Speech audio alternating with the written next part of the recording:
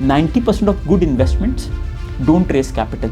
People go to them कि can we please invest in your company. Stop building copycat products. The best help you can do to a founder is not to help them at times. Hello दोस्तों, मेरा नाम है साहिल खन्ना और स्वागत है आपका एकदम नई सीरीज के अंदर, जहां पे हम फाउंडर से डायरेक्टली जानेंगे किस तरीके से हमको बिजनेस करना चाहिए। वो आपसे बहुत सारी बिजनेस टिप्स शेयर करने वाले हैं, क्या क्या उन्होंने चैलेंजेस फेस किए, किस तरीके से उसको सॉल्व किया, कैसे उन्होंने फंडिंग रेस करी, कितनी उन्होंने फंडिंग रेस करी, उनका बिजनेस किस तरीके से काम करता है, पूरा सब कुछ बताएंगे वो सारा का सारा। साथ में कुछ फन क्वेश्चंस भी रहेंगे ताकि आप उन फाउंडर्स को बेटर तरीके से जान पाओ। आज के हमारे पहले गेस्ट है रितेश मलिक जी, जो कि फाउंडर है और सीईओ भी है इनोवेट के। रिसेंटली उन्होंने अपनी कंपनी को बेचा है, रितेश अग्रवाल को, ओयो वाली कंपनी को। तो चलिए उनसे बात करते हैं किस तरीके से उन्होंने अपनी जर्नी शुरू करी। तो चलिए सबसे पहले इंटरव्यू में पहला क्वेश्चन पूछते हैं, सर आपकी जर्नी क्या रही? बहुत इंटरेस्टिंग जर्नी थी। लोग मुझे बहुत इल फोकस्ड मानते हैं बिकॉज मैंने अपनी मेडिसिन की डॉक्टर बना, उसके बाद गंगाराम में जूनियर अपने हमारे जो यहाँ इंटर्नशिप का जो कॉन्सेप्ट है वो कर रहा था। उसके बाद ये देखा कि ज़िंदगी में है ना मज़ा ही नहीं आ रहा था, इतनी ज़्यादा मोनोटनस ज़िंदगी हो गई थी। एक छोटे से केबिन में बैठ के इतने सारे पेशेंट्स को देखना बिल्कुल मज़ा नहीं आ रहा था। और हमारे परिवार में, and I also call this the APS, Asian parent syndrome, जहाँ पर हमारे जो माँ बाप की ख्वाहिशें होती हैं हमें वही पूरा करना होता है अपने करियर चॉइसेस को लेके। तो बहुत लड़ाई की अपने माँ बाप से, वो माने नहीं तो मुझे मेडिसिन करनी पड़ी। लेकिन उसके बाद एक दिन मैंने ये सोचा कि आने वाले 50 साल हर दिन मुझे सुबह उठने का मन ही नहीं करता था। सुबह उठ के मुझे लगता था कि मैं काश वापस सो जाऊं। मैंने कहा आने वाले 50 साल क्या यही ज़िंदगी चाहता है रितेश मलिक? अगर ये नहीं चाहता तो सबसे पहले तुझे लड़के अपने रेवोल्यूशन, जो अपने अंदर की जो भी ख्वाहिश है उसको करना पड़ेगा। तो मैंने उस दिन ये सोचा, चाहे छोटा काम करूँगा, छोले भटूरे बेचूंगा, लेकिन अपना करूँगा। पहले हमने एक ऑगमेंटेड रियलिटी प्लेटफॉर्म चालू किया जो हमने बिल्ड ऑपरेट ट्रांसफ़र किया बेनेट एंड कोलमैन को, कॉल्ड अलाइव। उसके बाद एक हॉस्पिटैलिटी में छोटा सा प्रोडक्ट लॉन्च किया, वो भी फेल किया। धीमे धीमे करके बहुत सारे आइडियाज़ फेल होने के बाद हमने ये देखा कि थोड़ा बहुत जो भी पैसा कमाया था उससे हमने ये देखा कि छोटे छोटे स्टार्टअप्स में पैसा इन्वेस्ट करने लगे हम लोग। तो हमने प्रोजेक्ट गोरिल्ला की नींव रखी। हमने कहा कि हिंदुस्तान के अंदर अगर देश बदलना है तो आपको एंजल इन्वेस्टमेंट्स का एक इकोसिस्टम खड़ा करना पड़ेगा। So what will happen is, अभी तक एंजल इन्वेस्टिंग 2015 की बात है, वो लोग करते थे जिनके पास कन्वेंशनल पैसा था। उनको नहीं पता था एंजल इन्वेस्टमेंट्स कैसे होती है। और सिलिकॉन वैली सिर्फ एक वजह से बना, एंटरप्रेन्योर्स दूसरे एंटरप्रेन्योर्स को पैसा देते थे, चाहे कम पैसा देते थे, लेकिन that capital came with a lot of might in terms of their power of thinking. उसके साथ टाइम स्पेंड करते थे, उसको बताते थे कि यार ये गलतियां मैं कर चुका हूँ, ये वाली गलतियां तू मत कियो। तो हमने कहा कि यार हम 5-5 लाख रुपए 10 कंपनीज में डालते हैं, छोटा सा अमाउंट है, डालते हैं, देखते हैं होता क्या। एंड वो धीमे धीमे मिशन चालू हुआ और वो बढ़ने लग गया। अब वो 5-5 लाख रुपए 10 कंपनीज में डालने के बाद पैसा ख़त्म हो गया। तो हमने देखा यार ये तो बड़ी इंटरेस्टिंग चीज़ हो रही है, वो 50 लाख की बहुत ज़्यादा वैल्यू बन गई। अब हमने कहा पैसा तो है नहीं, तो हमने कहा हम और स्टार्टअप्स को सपोर्ट कैसे कर सकते हैं। तो 2015 में एक आइडिया आया, क्यों ना हम लोग एक फिजिकल प्लेटफॉर्म बनाएं जहाँ सारे स्टार्टअप्स आके कोलैबोरेट करें, एक दूसरे के साथ बैठें और सारे के सारे। और मैंने एक चीज़ ये देखी है कि there is nothing more powerful in this world than collaboration.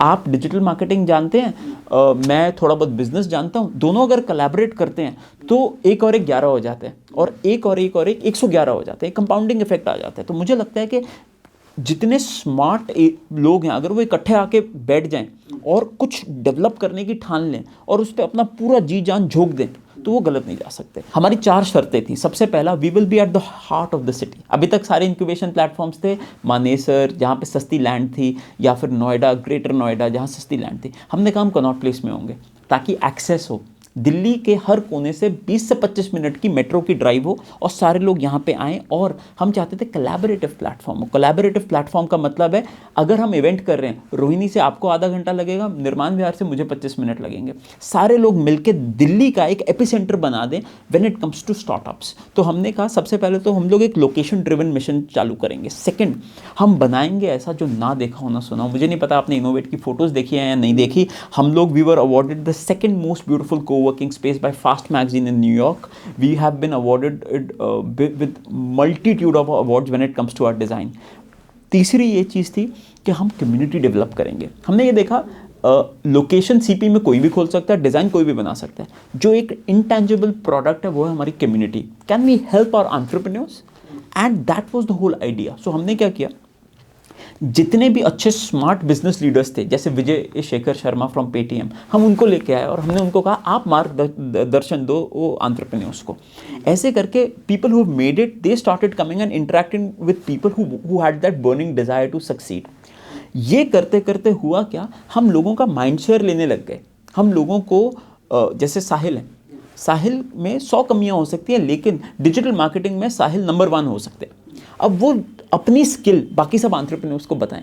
ऐसे ही तो हम एक ज्ञान का सागर बन गए। छोटी सी जगह पे 100 लोगों के बीच में हम एक मैसिव ज्ञान का सागर बन गए। और हमने ये रियलाइज़ किया that education is overrated. Future की एजुकेशन के लिए जो आपको चाहिए वो इन्हीं 100 लोगों में आ जाएगा। और चौथा प्रिंसिपल ये था that we had to scale now. तो ये सब हमने 2015 एंड में चालू किया। 2016 में हमने दूसरा सेंटर चंडीगढ़ में चालू किया। ये दोनों चालू करने के बाद हम लोग प्रॉफिटेबल हो गए थे, बिकॉज अच्छा चलने लग गया था। लेकिन क्योंकि कैपिटल इंटेंसिव बिजनेस है तो बढ़ा नहीं पा रहे थे। तो इनिशियली इन्वेस्टमेंट कहाँ से आई? सो सबसे पहले इन्वेस्टमेंट मैंने अपने फादर से ली। दूसरी इन्वेस्टमेंट मैंने अपने सबसे अच्छे दोस्त से ली, सुमित से। तीसरी इन्वेस्टमेंट मैंने विजय भैया से ली, पेटीएम के जो फाउंडर हैं। तो स्टार्टिंग में कितना इन्वेस्टमेंट लगा था अप्रॉक्स? तो याद नहीं है, लेकिन बहुत ज़्यादा पैसा नहीं लगा था, बिकॉज हमने बड़े दिल से बनाया था और मोस्टली कारपेंट्री और ये सब काम हम लोग ही करते थे। तो रेंट पे थी जगह? हाँ, सब कुछ रेंट पे। हम ठीक है, लाइट था, जितना लाइट रह सकता, सब कुछ एसेट लाइट था। हम लोगों का सिर्फ खर्चा था वो चेयर और वो सब, वो भी अर्बन लैडर और उन सब से हम लोग रिक्वेस्ट कर करके हम लोगों ने काफ़ी सस्ते में हमने जगह बनाई थी। ठीक है। फिर आपने ऑलमोस्ट 1 साल के बाद ब्रेक इवन अचीव किया। हम लोगों का ब्रेक इवन 3 या 4 महीने में आ गया था। मतलब हम लोग पहले 3 महीने हमारे पास एक भी कस्टमर नहीं था और चौथे महीने हम लोग ब्रेक इवन पे आ गए थे। तो मार्केटिंग कैसे हुई थी? ये बड़ी इंटरेस्टिंग कहानी है। 2016 में ना किसी ने कोवर्किंग का नाम नहीं सुना था। इट वाज नॉट, अगर आप गूगल ट्रेंड्स में भी देखेंगे, कोवर्किंग कोई सोचता नहीं था। इनफैक्ट जब मैं अपने अब जो मेरी वाइफ है, मैं उसके फादर कार्डियोलॉजिस्ट हैं, वो जब मेरे को देखने आए तो कहते हैं बेटा करते क्या हो? मैंने कहा अंकल हम ना ऑफिसेस बनाते हैं।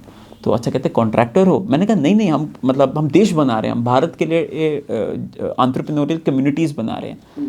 तो उनको कुछ बात नहीं समझ में आई। ये तो चलो हाथ पांव जोड़ के मैंने लड़की को समझाया, तो उसने अपने फादर को समझाया और वो मेरी वाइफ बन गई। लेकिन पहले 3 महीने किसी को पता ही नहीं था कोवर्किंग होता क्या है।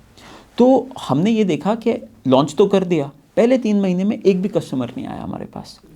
अब मैंने कहा यार ये तो दिक्कत हो गई। तो अब हमने क्या किया, फिर हमने कहा यार मार्केटिंग का है ना सबसे आसान तरीका है कि है ना, अगर डिमांड जनरेट नहीं हो रही है तो सप्लाई घटा दो। तो हमने एक एड कैंपेन चालू किया, become the most aspirational entrepreneur in the country bye joining innovate, but look you can not join innovate. आप ऐसे नहीं कि आप एकदम से आए और हम आपको पैसे दे के बैठा दें यहाँ पे।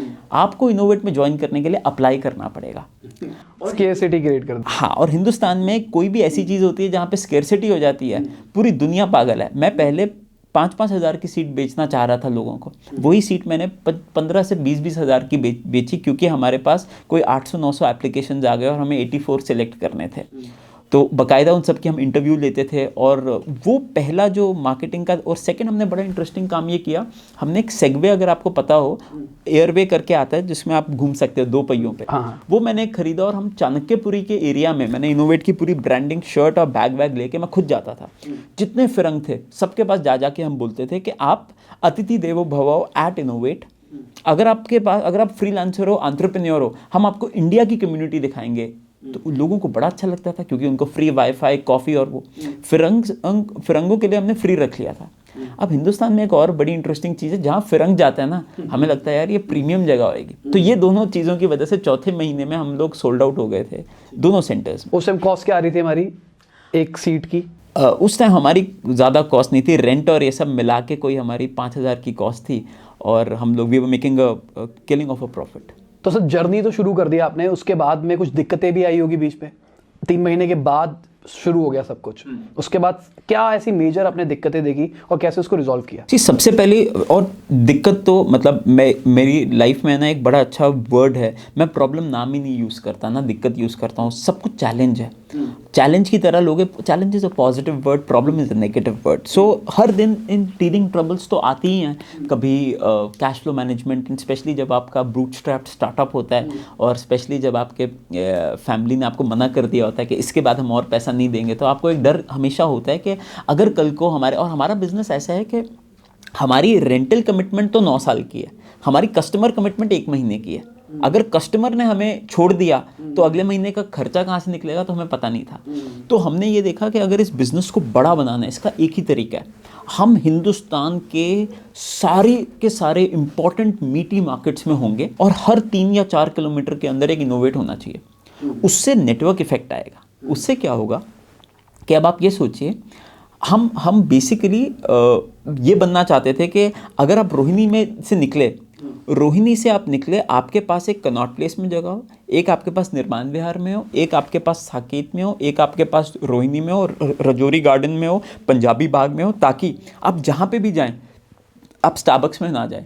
आप इनोवेट का कार्ड लीजिए, अंदर घुसिए, वहाँ पे कॉफ़ी कीजिए, मीटिंग कीजिए, अपने घर जाइए। So we wanted to display Starbucks as a model and आजकल की दुनिया में क्या है ना, ऑफिसेज तो अब रिडंडेंट हो गए हैं। अब क्या कॉन्सेप्ट है, मूविंग ऑफिसेज का कॉन्सेप्ट है। और स्पेशली कोविड ने हमारी थ्योरी को और स्ट्रेंथन कर दिया। इनफैक्ट जहाँ पर क्या होता है कि आप क्या चाहते हो कि मैं अपने HQ या जो आपका हेडक्वार्टर्स होता है, वहाँ पे आप हफ्ते में 2 बार जाओ, बाकी 3 दिन आप अपने घर के सबसे ज़्यादा नियरेस्ट कोवर्किंग में जाओ। जहाँ पे भी आप जाओ आपके पास एक इनोवेट होना चाहिए। तो हमने कहा ऐसी विजन के लिए हमें चाहिए होंगे कम से कम 50 से 100 करोड़ रुपए। कैपिटल इंटेंसिव मॉडल है, 2000 रुपये पर स्क्वायर फीट का खर्चा आता है, रेंटल लाइबिलिटीज़ हैं। तो हमने कहा यार इसके लिए तो अगर आप फंडिंग नहीं रेस करेंगे तो हम बड़े नहीं बन पाएंगे। तो हमने सबसे पहला cheque, we were very fortunate to get a cheque from my mentor Vijay sir from PTM. He wrote the first check in the company, and that really, and not only the capital that was important, the fact that he guided us. He said यार कि आप ना इसको Blitz कर दो, go and be in every 5 kilometers. Her 5 kilometre में एक innovate होना चाहिए। जैसे स्टारबक्स आपको दिखता है ना, हर जगह इनोवेट होएगा ना तो लोगों के पास ऑप्शन ही नहीं होएगी। You will construct the market, you will own the market. तो और उन्होंने एक और बहुत अच्छी बात बताई, आप सिर्फ स्टार्टअप्स के पास मत जाओ, बिकॉज स्टार्टअप्स ऊपर और नीचे होते रहते हैं, क्योंकि ये ब्लीडिंग बिजनेस है। Go to profitable. Why can't an Asian Paint have their office in innovate. 2016 में ये फार फेच्ड लगता था। आज if you talk about us, our 80% revenue comes from profitable enterprise level startups. आपने कितनी इक्विटी डिल्यूट करी starting में, पहले राउंड में? बहुत ज़्यादा डिल्यूट मेरे को अब याद भी नहीं है कि कंपनी पूरा बेच भी मैं चुका हूँ, लेकिन बहुत ज़्यादा हमने डाइल्यूट नहीं किया था। मतलब इट वाज वेरी, मतलब at the time of exit I was the majority owner of the company.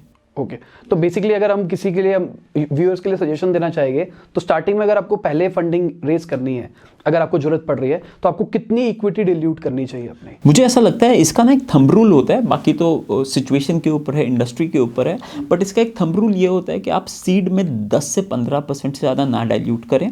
Her round में 10-15% से ऊपर डाइल्यूशन नहीं होना चाहिए, because I am a firm believer of founders controlling their companies. Because होता क्या है दैट फाउंडर्स को पता है उनका तो सबसे ज़्यादा तो पैसा तो कोई भी लगा सकता है, बट पैसे से ज़्यादा इंपॉर्टेंट होता है फाउंडर का टाइम। वो तो अपनी पूरी ज़िंदगी, और फाउंडर के पीछे जैसे एक सैनिक के पीछे उसकी परिवार होता है, वैसे ही फाउंडर के पीछे उसकी एक बीवी होती है जो बेचारी हार्डली उसको, मतलब आप तो जानते हैं आपका पूरा का पूरा टाइम ही अपने काम में चला जाता है। तो that's a huge personal sacrifice to become a founder.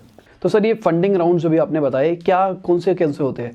बहुत बार सुना है ABC, क्या है ये? तो सबसे पहला फंडिंग राउंड होता है सीड। सीड क्या होता है कि आपके पास आइडिया स्टेज पे हो और आपका एक MVP है, जिसको बोलते हैं मिनिमम वायबल प्रोडक्ट। एक ऐसा प्रोडक्ट जिसके दम पे आप कस्टमर्स के पास जा सकते हो, उनसे फीडबैक ले सकते हो।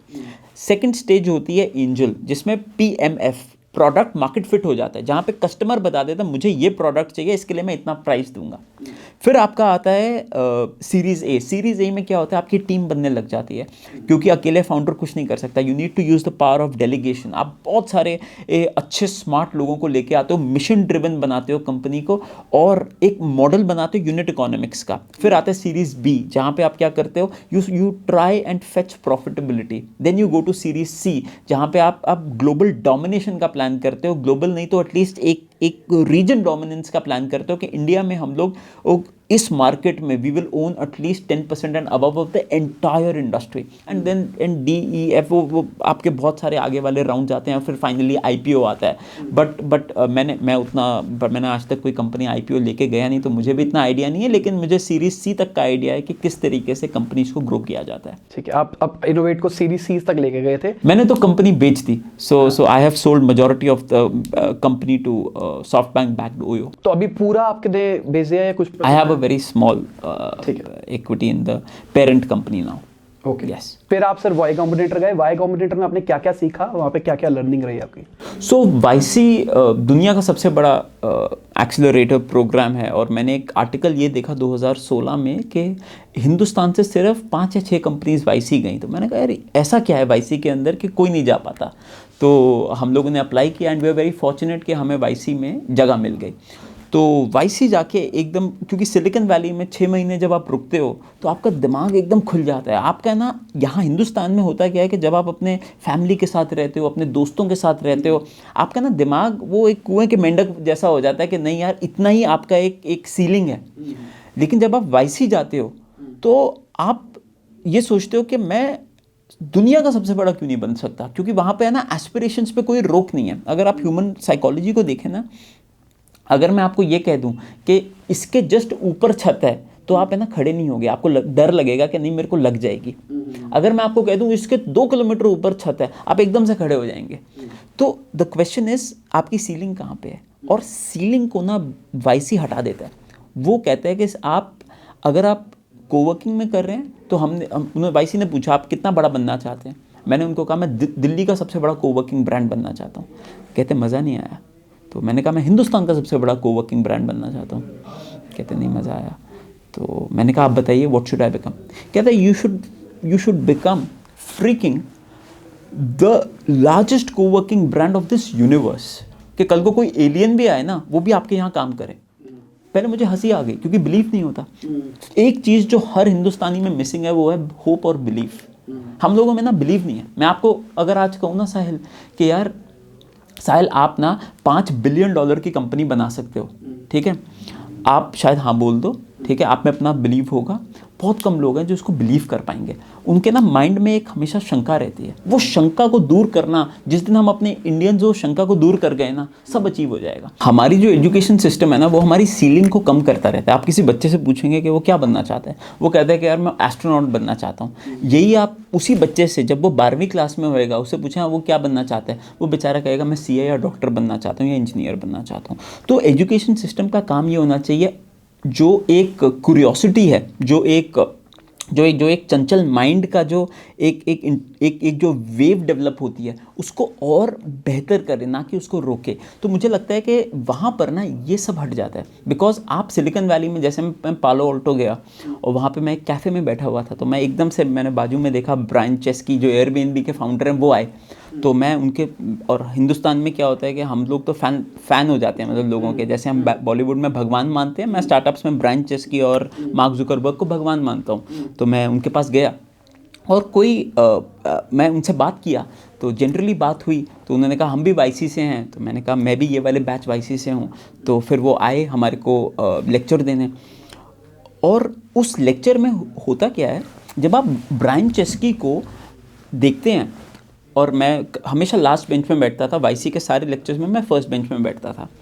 आप ये देखते हैं ब्रायन चेस्की अपनी वर्स्ट कमियां बताता है और फिर भी वो एयरबीएनबी बना गया. तो आपको ये लगता है अगर ब्रायन चेस्की कर सकता है तो मैं क्यों नहीं कर सकता. That believe is what YC gives you, and I urge everyone to apply for Y combinator because it's a beautiful experience. Sir कैसे अप्लाई करना है? इसका लिंक होता है, आप अगर Y कॉम्बिनेटर एप्लीकेशंस में जाएंगे आपको इमीडिएटली उसकी वेबसाइट पे लिंक मिल जाता है. ठीक है, मैं डिस्क्रिप्शन में लिंक दे दूंगा, जो अप्लाई करना चाहता है कर सकता है. तो जितने भी स्टार्टअप ओनर होते हैं उनको सबसे ज़्यादा बड़ी दिक्कत आती है स्टार्टिंग के अंदर टीम हैंडल करने में, या फिर टीम को स्टार्टिंग के जो मेंबर होते हैं, फाउंडिंग मेंबर, उनको हायर करने में. तो आपने इस प्रॉब्लम को कैसे रिजॉल्व किया? तो मेरा ना इसमें एक बहुत सॉलिड बिलीफ है कि है ना आपके पास 2 टाइप के लोग आएंगे. एक आएंगे जो बहुत स्मार्ट हैं, जिनका IQ बहुत तेज़ है और जो काम को 2 मिनट के अंदर सॉल्व कर देते हैं. एक आएंगे जिनका इंटेंट ठीक है, जो ट्रस्टवर्दी हैं, जिनको काम शायद ना आता हो लेकिन जो बहुत जल्दी काम सीख सकते हैं. Always go for the second one. मैंने ये देखा है जब आप अर्ली टीम बना रहे होते हैं ना, your company is nothing but the first 20 team members. अगर वो आपने कल्चरली सेट ठीक नहीं किए ना, तो वो आपका प्रेसिडेंट गलत हो जाता है। And I have personally failed there and I realize that even if one fish in the bowl is stinky, वो पूरा का पूरा ना बॉल खराब कर देती है। तो मेरा belief after doing so many startups, investing in almost 70 companies, is that culturally fit people who are trustworthy, who can learn quickly and at the same time who are mission driven। जो आदमी पैसे के साथ driven है ना, उसको मत लेके आइएगा, because what will happen is अगर आज आप उसको 100 रुपये दे रहे हैं, कल उसको कोई 200 देगा, वो आपको छोड़ के चला जाएगा। हमें वो लोग चाहिए जो मिशन ड्रिवन है। तो हमारा इनोवेट में एक मिशन था बड़ा सॉलिड। हमारा मिशन ये था that we will provide the most productive beautiful coworking spaces the world has seen, not India but the world had seen. And everyone in my company had this, they used to dream about that and we used to ensure that there are few principles and हम इसके बाहर नहीं जाएंगे। कोई आदमी हमें कहता था कि आप ग्रेटर नोएडा में कोवर्किंग स्पेस खोलो, हम सारा पैसा लगाएंगे। हम कहते हैं हम नहीं करेंगे, हमारी तो प्रेजेंस बढ़ेगी बट हम लोग नहीं करेंगे, because fundamentally we had this 4 strict principles, location, design, community and technology, that we will not barter with these. And सारे के सारे टीम मेंबर्स की अलाइनमेंट हमने इन्हीं 4 प्रिंसिपल्स पे की। एंड यूल बी अमेज्ड, हमारा कोई भी टीम मेंबर आईआईटी से नहीं था, हमारा कोई भी टीम मेंबर बहुत बड़े किसी का कोई एक्सपीरियंस नहीं था, कोई भी टीम मेंबर आईआईएम से नहीं था। सारे के सारे एवरेज लोग थे, जिनकी जो हमारे फर्स्ट फाउंडिंग मेंबर टीम थी, उनकी एवरेज तनख्वाह 26,000 रुपये महीने की थी। And they now are like now they have a lot of money with them because of the ESOPs that they got। मैं यही पूछने वाला था कि रिटेन करने के लिए आप ESOP देते थे? बिल्कुल। पता है क्या है, I always believe that it is better to have 50 or 60% of a huge pizza than to have 100% of a very small pizza. So go and increase the size of the cake. Don't go and don't be stingy। मैंने ये देखा है कि बहुत सारे लोग ना valuations, बहुत सारे लोग इक्विटी, इन सब का कोई वैल्यू नहीं है। Until and unless your company becomes large, these have no value। तो फोकस करके है ना, get the most mission driven people in the world, give them equity and tie them with you on your mission। जैसे डांडी मार्च के लिए गांधी जी आगे नहीं चल रहे थे। गांधी जी क्या करते थे जब डांडी मार्च करते थे ना, खुद तो बेचारे नहीं खाते थे, पीछे वाले भी नहीं खाते थे, ऑब्वियसली उनको देख के। सबसे पहले रोल लीडर का ये है, you display leadership by action not by words. So if you are working 18 hours a day, you can expect your colleagues to work 16 hours a day। अगर मैं काम ही सिर्फ 8 घंटे करूंगा और मैं उसको बोलूँ तू 16 घंटे काम कर, वो नहीं होएगा। So as a leader you need to display courage, you need to display a boldness, you need to display action, you need to display a transparency in terms of failure, accepting कहाँ पे आप गलत हो, and then give freedom to the best people in the world। लोगों को ना आप freedom दे दो, उनको बोलो यार go and fail now and this is not a corporate job and have zero bullshit politics in your organization। ऐसी organisation बना दो कि उनको है ना सुबह 8 बजे है ना चुल मच जाए कि यार मैंने तो आज ऑफिस जाना है, मतलब एनफ ऑफ इट। हमारे पास pre covid we had almost 42,000 seats at innovate.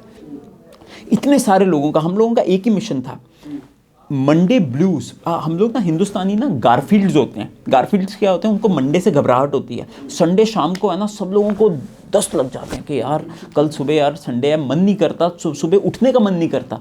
और लोग थर्सडे जैसे ही आते हैं ना एकदम खुश हो जाते हैं, यार वीकेंड आ गया। ये इसलिए है क्योंकि ये लोग अपने काम से प्यार नहीं करते। मुझे है ना फ्राइडे को घबराहट हो जाती है कि यार सैटरडे और संडे आ जाएगा, मैं करूँगा क्या, ऑफिस नहीं जाना।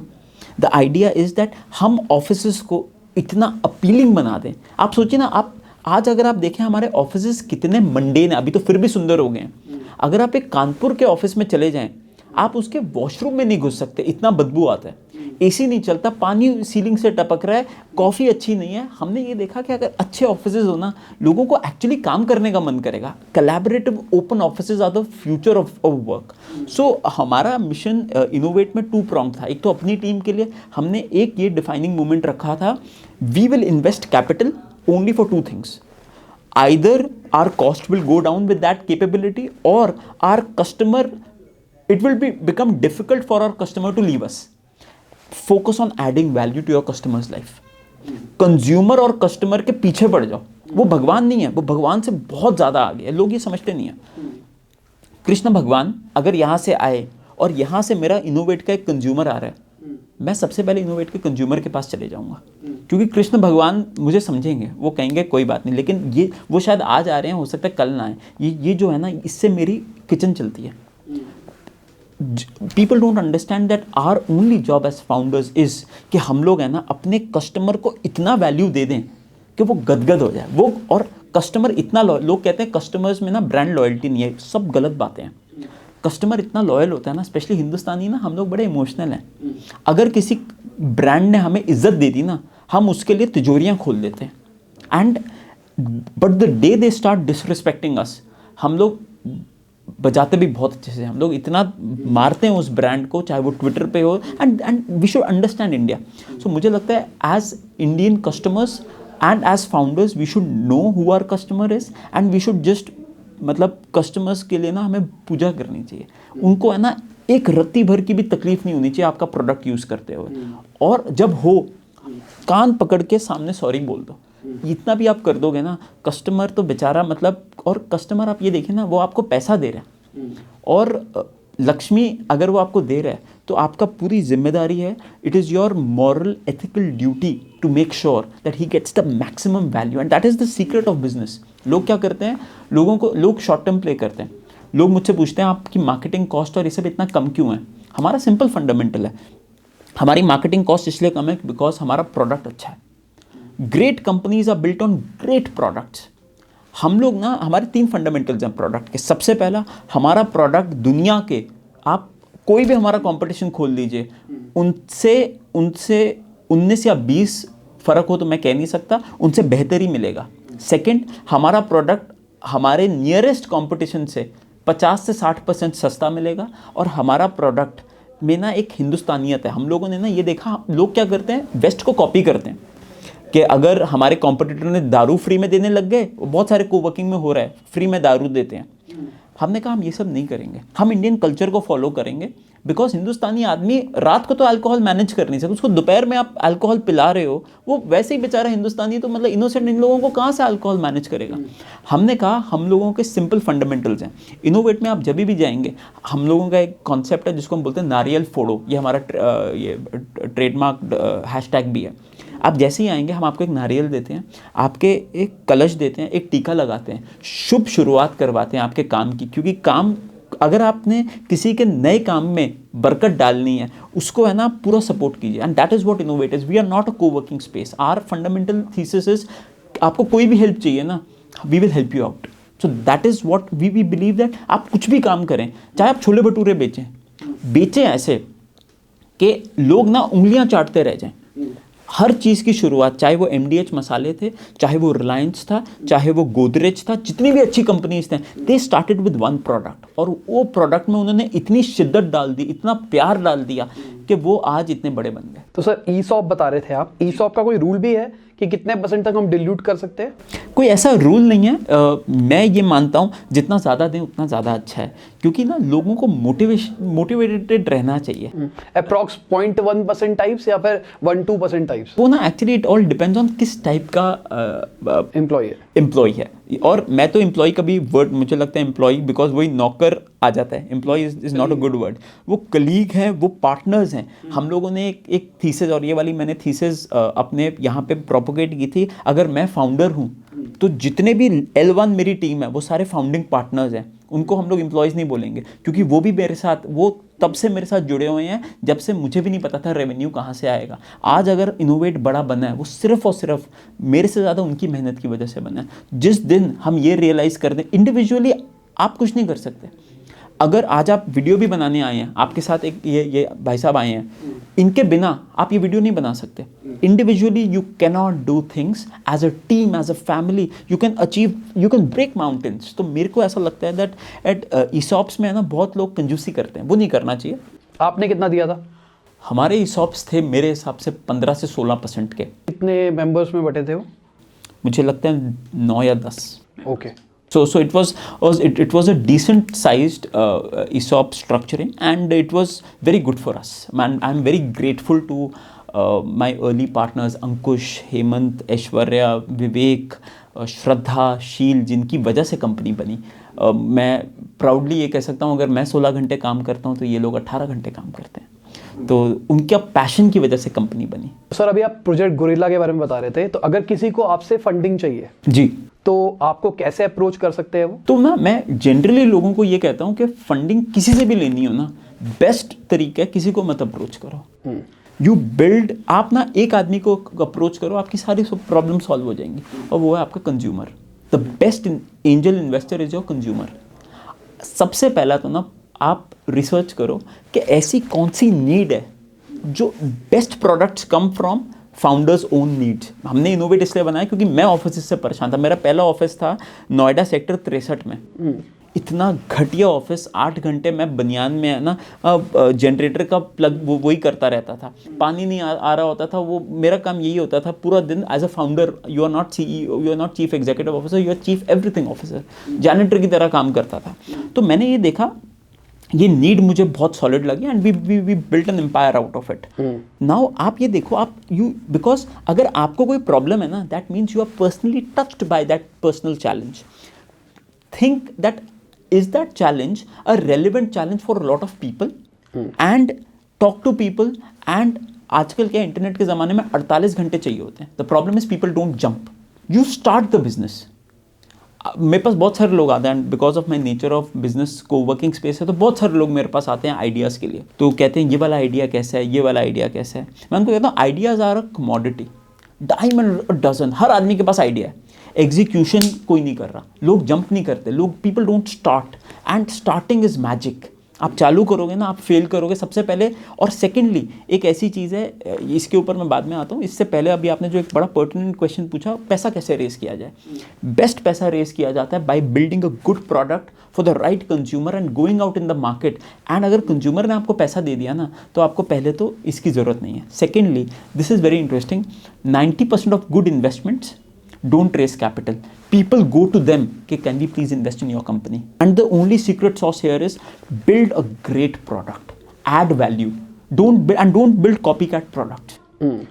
ये ना हमारे देश में गया कि यार अमेरिका में ये आया, अब हम यहाँ पे ये करेंगे, यूरोप में ये आया, अब हम यहाँ पे ये करेंगे।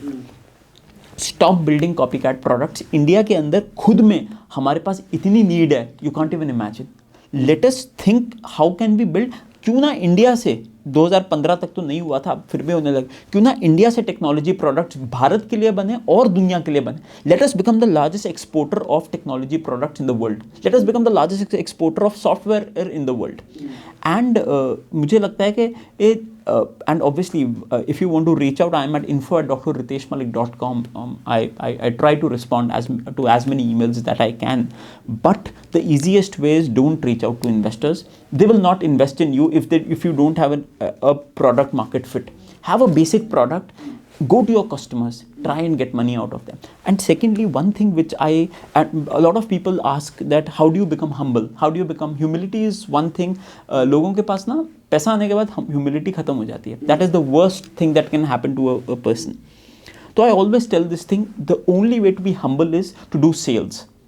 हर स्कूल में है ना 4th 5th क्लास में ना सेल्स सिखाना चाहिए। जिसको सेल्स नहीं आती ना, वो कुछ नहीं कर सकता।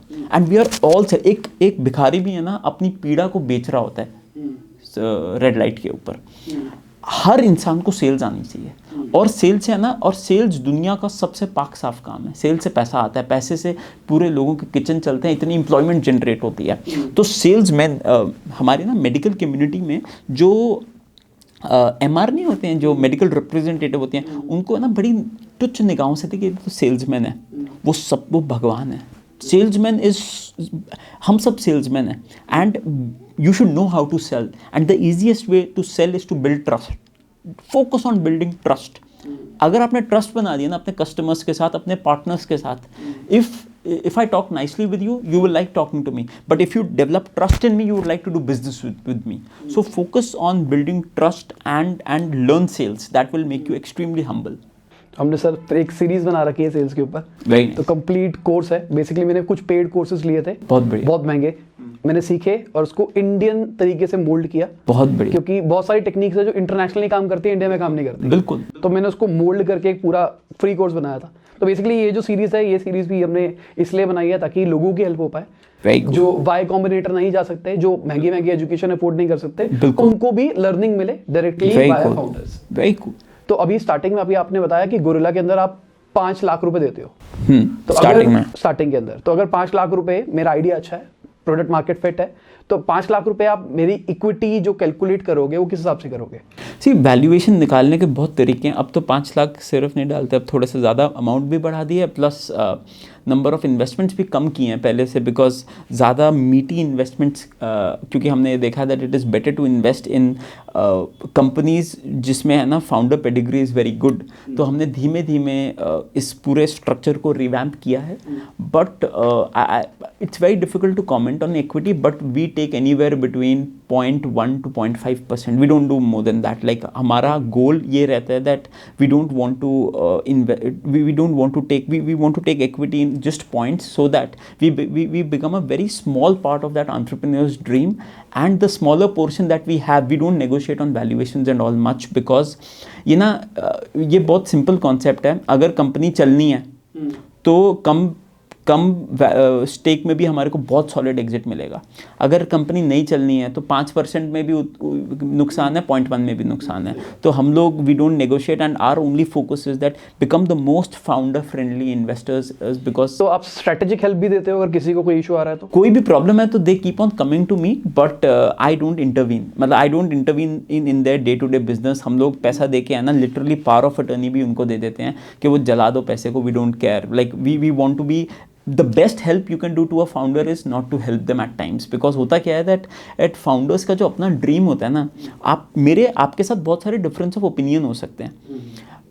अब अगर मेरे पास 0.5 ऑफ द कंपनी है और 99% आपके पास है, मेरे थॉट से ना आपको कंपनी नहीं चलानी चाहिए, आपको अपने थॉट से चलानी चाहिए। जहाँ पे भी आप फंस रहे हो आप मेरे पास आओ, मैं आपको अपना ओपिनियन बता सकता हूँ, but you should, I always urge founders that you should not take you should take advice from everyone with a pinch of salt, because everyone has their own biases, so ये बड़ा important है। अगला sir question है personal finance के बारे में। आपका personal finance आप किस तरीके से मैनेज करते हो? बेसिकली मार्केट में स्टैंडर्ड्स चल रहे हैं, मैंने बहुत सारा कुछ देखा यूट्यूब पे, बड़े बड़े लोग बताते हैं कि हमको 20, 30, 50% इन्वेस्ट करना चाहिए, या 20, 60 करना चाहिए। क्या करना चाहिए? क्या कोई रूल है, या फिर आप अपने किस तरीके से करते हो इन्वेस्ट? मैं कोशिश ये करता हूँ मैं वो चीज़ें करूँ जो दुनिया नहीं कर रही है। तो सबसे पहले तो मैंने जो अपना पर्सनल फाइनेंस मैनेज किया हुआ है उसको मैं बहुत एक जो मेरा प्रिंसिपल है पर्सनल फाइनेंस का, वो है कंपाउंडिंग का।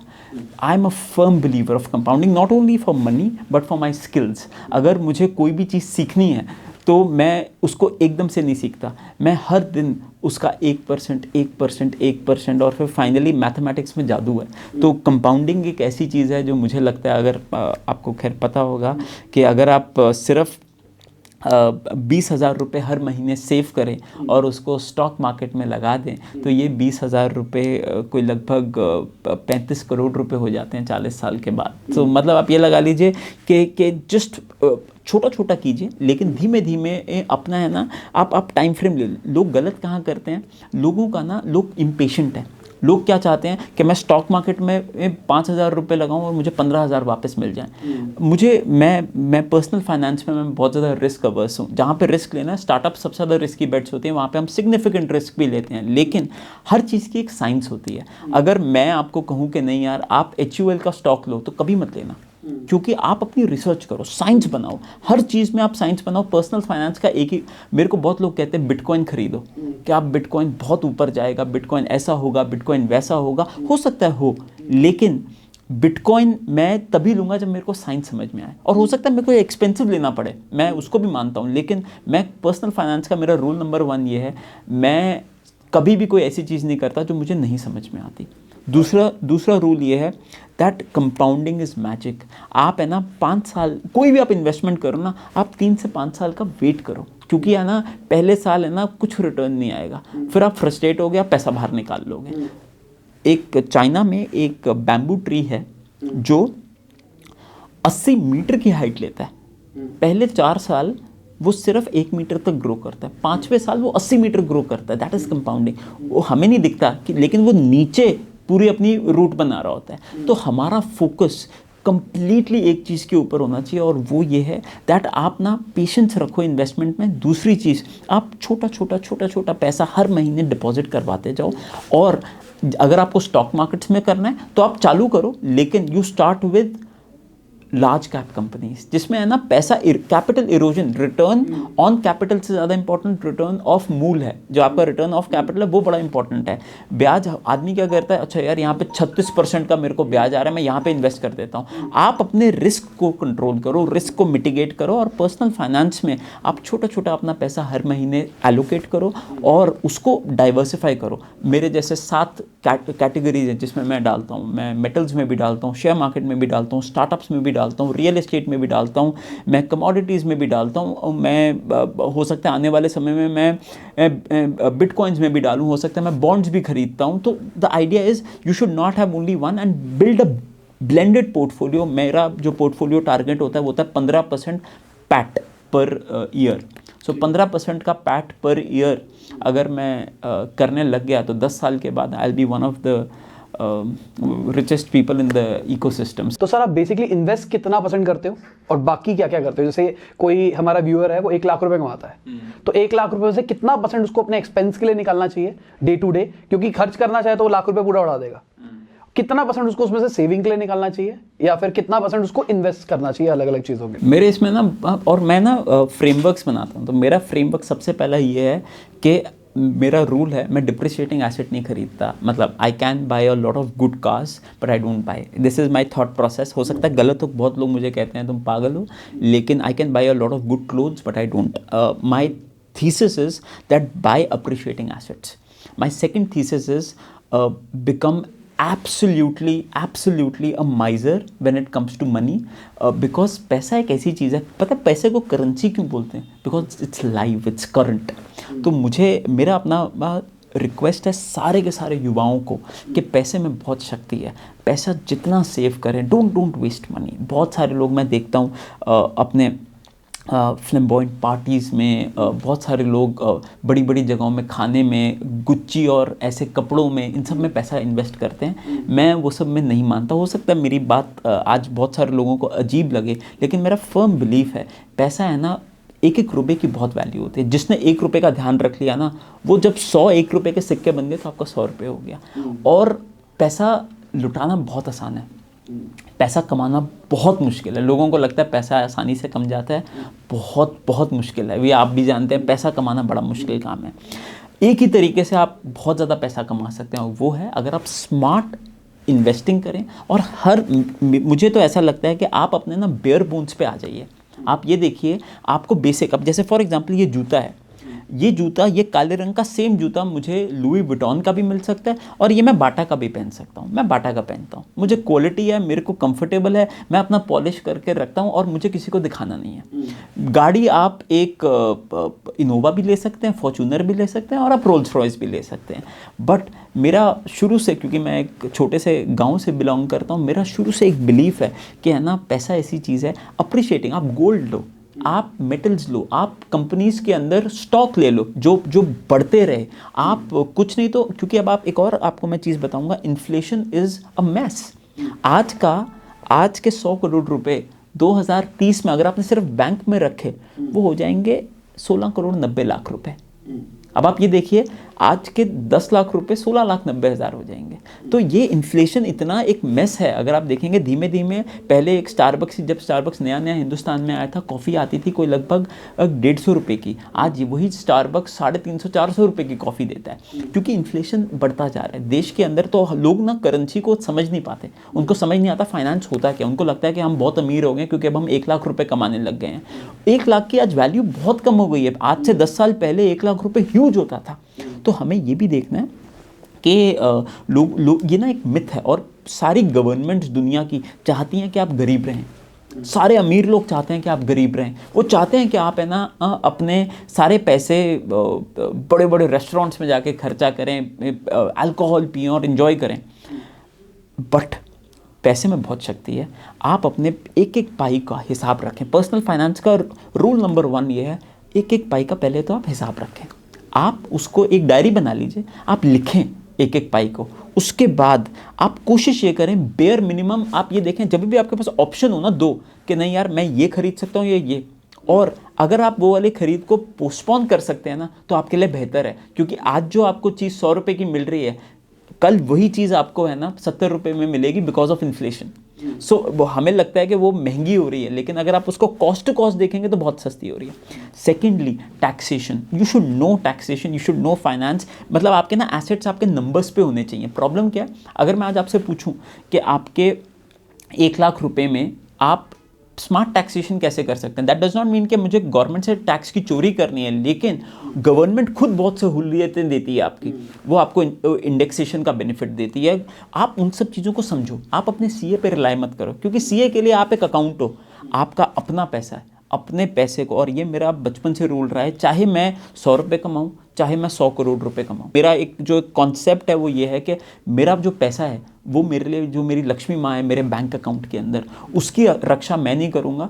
पैसा लुटाना बड़ा आसान होता है। अगर आपको एक और स्टैट बताऊँगा, दुनिया के अंदर पिछले 70 साल के अंदर कोई लगभग 8 से 10 हज़ार लोगों को मेगा लॉटरीज लगी, ठीक है।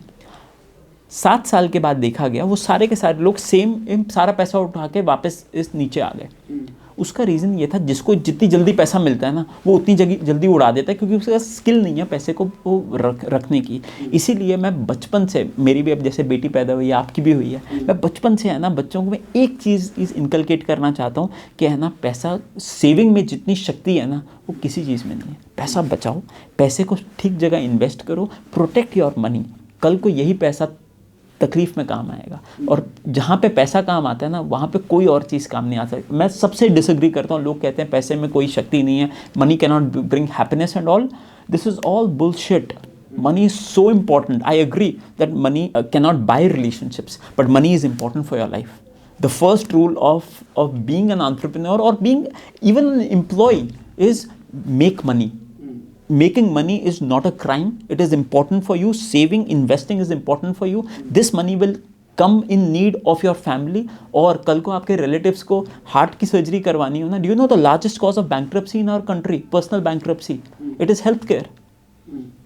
इतने किडनी ट्रांसप्लांट्स और लिवर ट्रांसप्लांट्स के अंदर 50-50, 60-60 लाख रुपए लोगों का लग जाता है।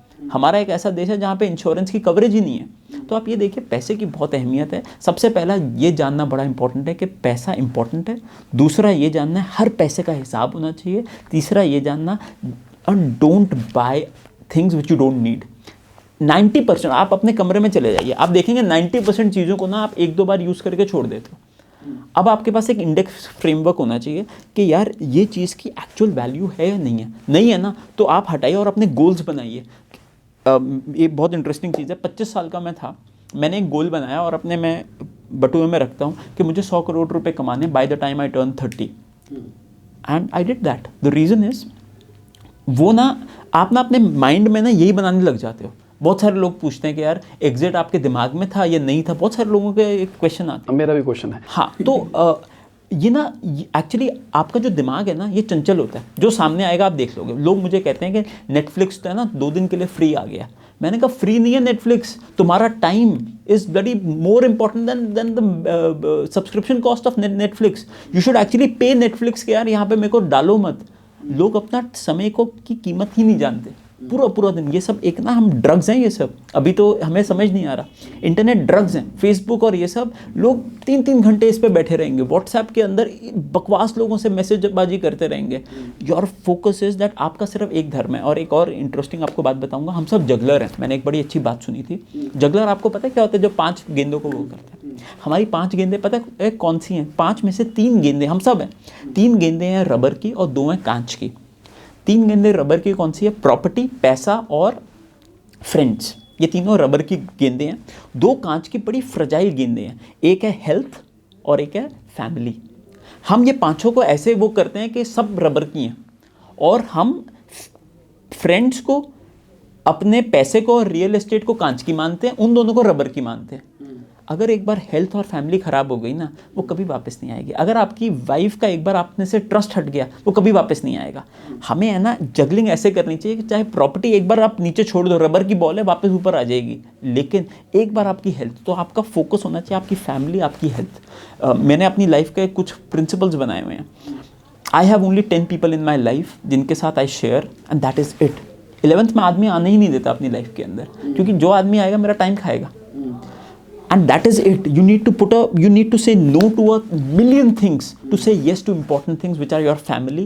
And हम लोगों को लगता है success is important. It's definitely important, but not more important than your health. Focus on your health. Focus on your family. Focus on being a better human being each day. Write down things. The best skill that you can have is write down. लिखो अपने goals को। आपको पता है देश में, मैं IIM भी जाता हूँ, मैं हार्वर्ड में भी जाता हूँ, मैंने सारे दुनिया के लोगों को देखा है। Successful people are the ones who write down. अपने स्मार्ट गोल्स बनाओ, specific, measurable, attainable, realistic, time bound नहीं बनाते। लोग कहते हैं कि यार मैं ना 100 करोड़ रुपए कमाना चाहता हूँ। कब, कौन सी डेट को, कितने बजे तक, उसका क्या गेम प्लान है, उसका क्या एक्शन है, आज क्या करोगे, 3 घंटे में क्या करोगे, अगले साल क्या करोगे। You need to make that. Until you do that you will not be successful. अब हम एक फन क्विज गेम खेलने वाले हैं सर के साथ में। तो यहाँ पे सर को टाइम नहीं मिलेगा एक्सप्लेन करने का। सर को 2 चीजों में से एक चीज चुन करनी है, और कुछ क्वेश्चंस होंगे जिसके एकदम क्विक आंसर देने हैं। हमको कोई एक्सप्लेनेशन नहीं चाहिए, कुछ कंट्रोवर्सी भी हो सकती है, पर आंसर सर को एकदम सीधा देना है।